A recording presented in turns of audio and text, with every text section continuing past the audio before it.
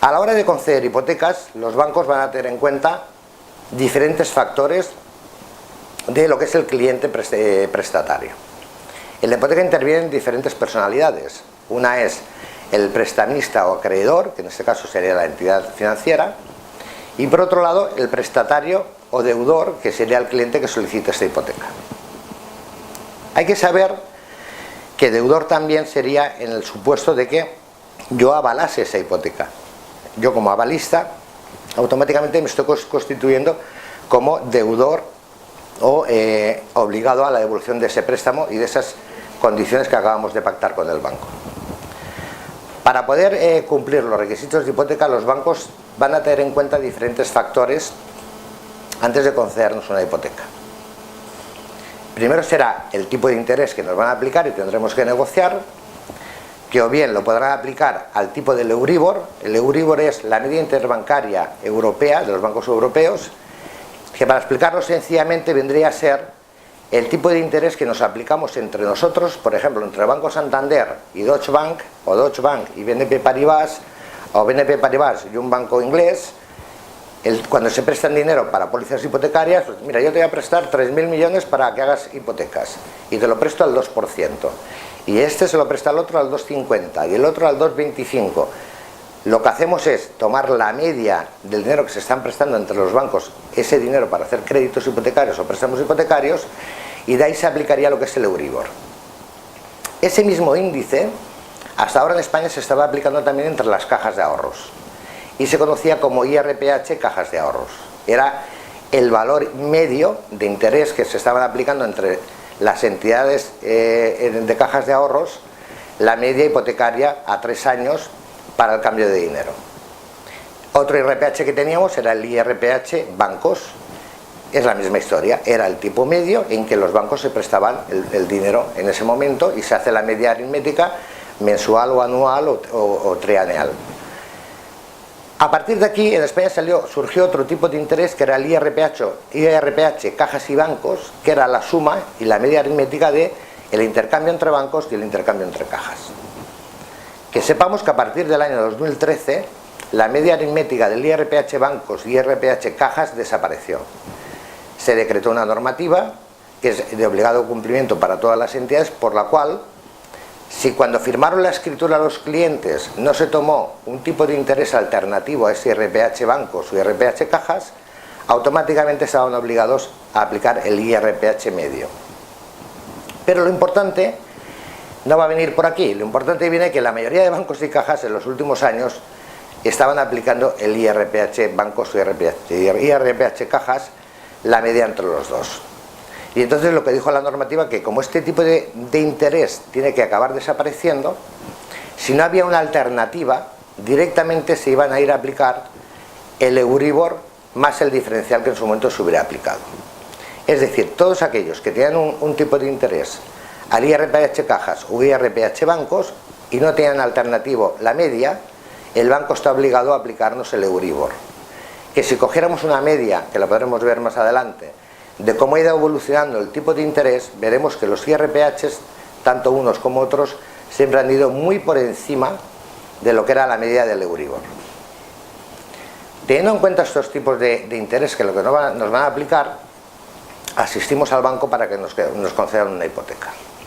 Y el banco va a tener en cuenta unos ratios de endeudamiento, unos porcentajes de lo que es la capacidad de reembolso que va a tener el cliente a la hora de poder pagar esa hipoteca. ¿Qué es lo que va a hacer el banco? El banco, a la hora de atendernos para conceder una hipoteca, lo primero que nos va a preguntar es qué es lo que tenemos, qué es lo que debemos y qué es lo que ganamos. Entonces, en función de lo que ganamos, hay que tener en cuenta de que esto es bastante ambiguo. Nos encontraremos con entidades que nos van a pedir que aportemos 3 hojas de nómina, o nos podemos encontrar con entidades que nos pidan los ingresos anuales. Yo, en todo caso, siempre que tengáis que tramitar una hipoteca, os voy a aconsejar que aportéis siempre lo que gana una familia en sus ingresos anuales. Las entidades de crédito vienen a decir que del conjunto global de lo que gana una familia, entre el marido y la mujer, que son los que se van a hipotecar, o las personas hipotecantes o prestamistas o prestatarios, de sus ingresos no pueden destinar más de un 35% para pagar hipoteca. Porque se presupone que en la pirámide de necesidad de una familia, sus prioridades serían comer, pagar la luz, pagar el coche, que hoy todo el mundo tiene coche, no hay quien no tenga su tarjeta de móvil o su tablet, y en un periodo de 20, 30 o 40 años que vamos a hacer una hipoteca, ese matrimonio, si no lo tiene ya, tendrá hijos, con lo cual también es una carga en gasto.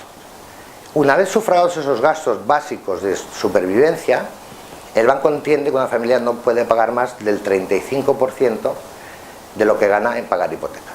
A estos gastos ordinarios habría que incluirle también si estamos pagando una letra de coche, si estamos pagando un préstamo de consumo, porque hemos ido a comprar a Carrefour, hemos comprado en un supermercado una habitación o un electrodoméstico.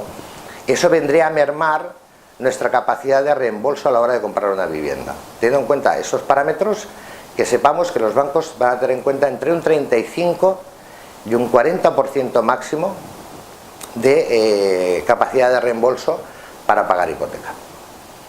Otro de los factores que va a tener el banco en cuenta va a ser el valor de la vivienda sobre la aportación que va a hacer el cliente.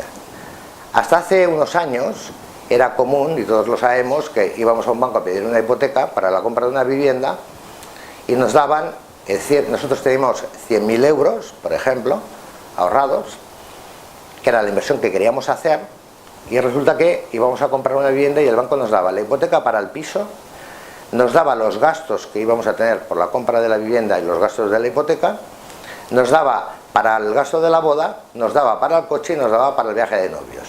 Eso, señores, se acabó. No solo se acabó, sino que es que nunca se tenía que haber hecho. Si realmente los bancos hubieran seguido ese criterio de concesión, hoy día no estaríamos en la crisis financiera que hemos estado pasando estos últimos 8 años, que por suerte para todos vosotros parece ser que ya va mermando, el mercado inmobiliario y financiero se está empezando a movilizar y entráis en unas fechas en que todo parece que empieza a rodar otra vez. ¿Qué ocurre entonces con este segundo parámetro que va a tomar el banco? De acuerdo a la ley de transparencia bancaria y a la seguridad de la concesión de créditos, las entidades bancarias no deben conceder más del 80% del valor de compra de una vivienda. Pero es que tendrán en cuenta otro factor. Cuando manden a tasar la vivienda, que hablaremos de la tasación, si yo compro por 100.000 euros, resulta que tendrá que venir un perito tasador. Si este perito tasador lo valora en 90.000, la mayoría de entidades dicen que ellos solo van a dar el 80% del valor de tasación o del valor de compraventa, el más pequeño de los dos. Con lo cual, no es que de los 100.000 que vale el piso me concedan 80.000 de hipoteca, no. Me van a dar 72.000, porque ha venido un señor perito que es externo y dice que ese piso vale 90.000 euros. Con lo cual, nos encontramos que de los 100.000 euros que vamos a pedir de hipoteca para la operación, el banco me va a dar 79, o 72 o 80. Hay un 20% que es la capacidad de aportación que yo tengo que tener para la compra de vivienda. El banco me dará 80, yo aportaré 20, tenemos los 100 para la compra. Pero, señores, cuidado. Dependiendo de la comunidad autónoma donde residáis, no sé si todos estáis en Cataluña o hay algunos que están en Castilla-La Mancha o estáis en Andalucía, tenemos que calcular los gastos que conlleva la compra-venta de la hipoteca.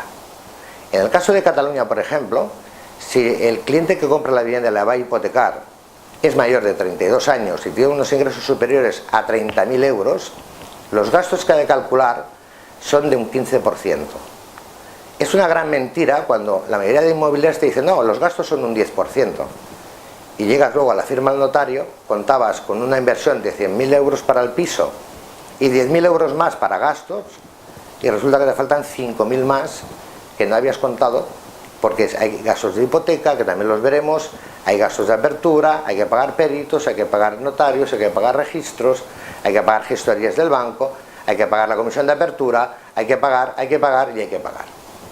Con lo cual, hoy día, una hipoteca, la mayoría de entidades nos van a calcular que la capacidad de concesión de hipoteca irá sobre la tasación o el valor de compraventa, el más bajo de los dos, el 80%. Esto todavía hoy se puede salvar. Hay diferentes fórmulas para salvar este tipo de capital en concesión.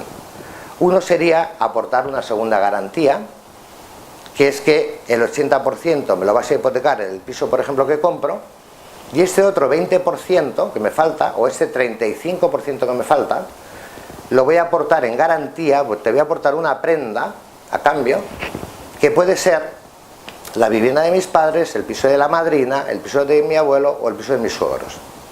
Entonces, ese tipo de garantía se constituye como segunda garantía a favor de la hipoteca. Existe también el gran bulo de muchos clientes que nos hemos encontrado en los últimos años sobre todo, que pensaban que solo avalaban las condiciones del préstamo, o sea, avalaban el que si no pagaba a mi hijo, pagaría yo, y que era simplemente un aval. No, han ido al notario y estaban garantizando la hipoteca, o sea, estaban garantizando la devolución del préstamo hipotecando su casa. Hay que tener en cuenta que tanto avalar con tu casa, hipotecándola, como un simple aval de bienes presentes y futuros es lo mismo. Si mi hijo no paga, voy a tener que pagar yo. Si yo tengo el dinero, lo desembolsaré y haré liquidar la hipoteca. Y si no, me van a embargar mi casa, mi piso o mis bienes. Es otra de los bulos que corren. Es decir, hacemos una hipoteca y somos conscientes o creemos que si dejamos de pagar, el banco se va a cobrar con la vivienda, porque para eso viene un tasador. Hay que tener clarísimo que cuando tú garantizas una hipoteca, y eso lo dice la ley hipotecaria, estás garantizando esa hipoteca, a no ser que se diga lo contrario, la estás garantizando con ese bien que hipotecas, pero la responsabilidad de devolución y las deudas que se puedan acumular las garantizas con tus bienes presentes y futuros.